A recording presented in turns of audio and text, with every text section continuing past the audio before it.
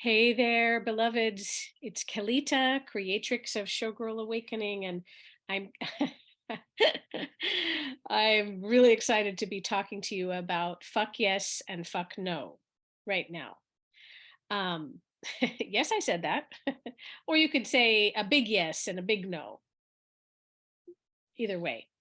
Um, what I am responding to is something that I hear a lot about from coaches and people in the transformation field. And I myself, even on my website, I used to have, I don't know, some years ago, I had some statement about that was supposed to help someone make a decision if a program that I was selling was for them, that beyond reading what I wrote about it, the descriptions and the testimonials and all of that, that I invited the person to, notice in their body if they got a full body yes. Um, I, at this point, would not write that statement, at least not so simply. I would have a lot more now if I was going to have any statement like that, which I don't have and don't plan on having right now because of what I'm about to say. I think it's much more subtle than all that. There's a lot more nuance. And actually, when when when a person is having a really big fuck yes or a really big fuck no, often some kind of trauma or some kind of co-opting of that person's agency is happening. So I'm actually saying now to be a little cautious about a really big fuck yes or fuck no when you feel that. And I'm going to give some examples of when and why and how to track this. I happen to know that when I'm in really big, challenging feelings, which I might in those moments have a strong reaction when I'm running when I'm activated with grief, or I'm activated with anger, or I'm activated when any big feeling is running the show for me. That's not a time or a place to make any kind of decision. Any decision at that point, except probably having a nap or drinking some water, or you know, those are the kinds of decisions to make at those times. Um, yeah, because it's very possible that a trauma response is happening. And from that place, things are going to seem extra scary. Um, so that's when to be cautious about the fuck no. It's probably just a time to uh, find a stasis, or find a place where you can let the feeling come through and complete, and then come to making a decision about a yes or no. But I want to point right now, especially to moments when there's big fuck yes happening, and why to be cautious around making big decisions in those times. I'm going to use my sweet little self as an example. I have a lot more to say about this, but I'm going to dip my toes in and say a little bit. I was at an event. Um, yeah, it was a 3-day marketing event. And I'm not going to use any name of any company or person, but this in particular was a feminine business weekend.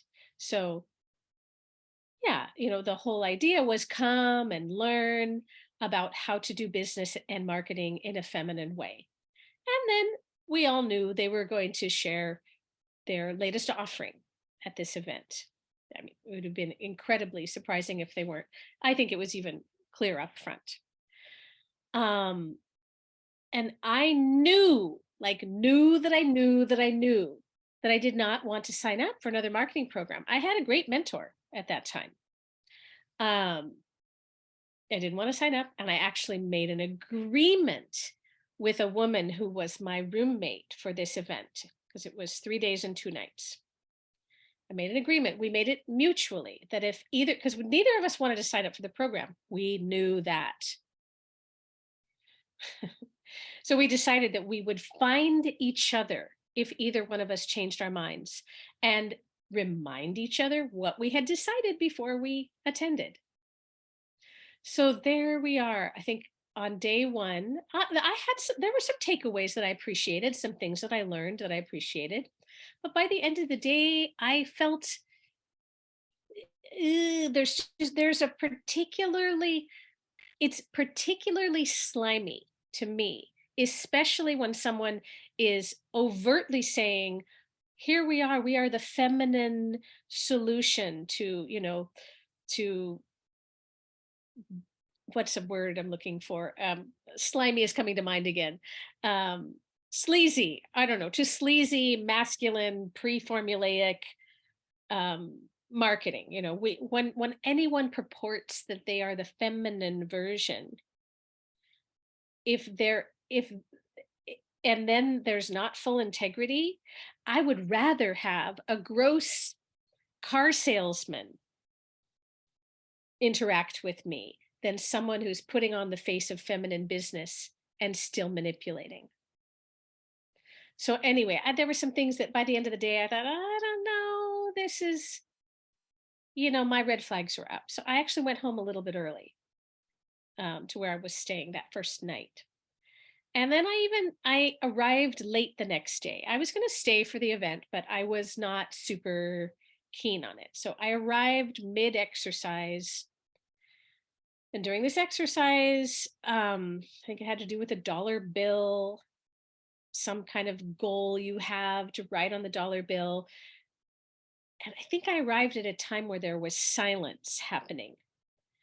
Um, I can't remember all the exact details right now, but I think we were going, oh, there was a rock. I think we were putting into the rock our biggest fear about our business or something, or our biggest desire, our biggest fear, something, something. Oh, I think we were tossing our fears into the ocean. So, but we all filed out quietly. I had to whisper and ask someone, I think, like, what do I do with this rock? And we all filed out to the beach, and then people were tossing their rocks in the ocean, and I asked about that. I said, what is this? We're tossing a rock in the ocean. And someone said, yes, yes, you're tossing your fear in the ocean. So I tossed mine in, and I did. I put my fears in and I tossed them into the ocean. And then I got in a circle and we did the ritual.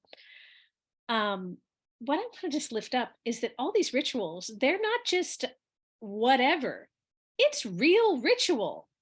Putting your fears in the rock and throwing it in the ocean, it's for real.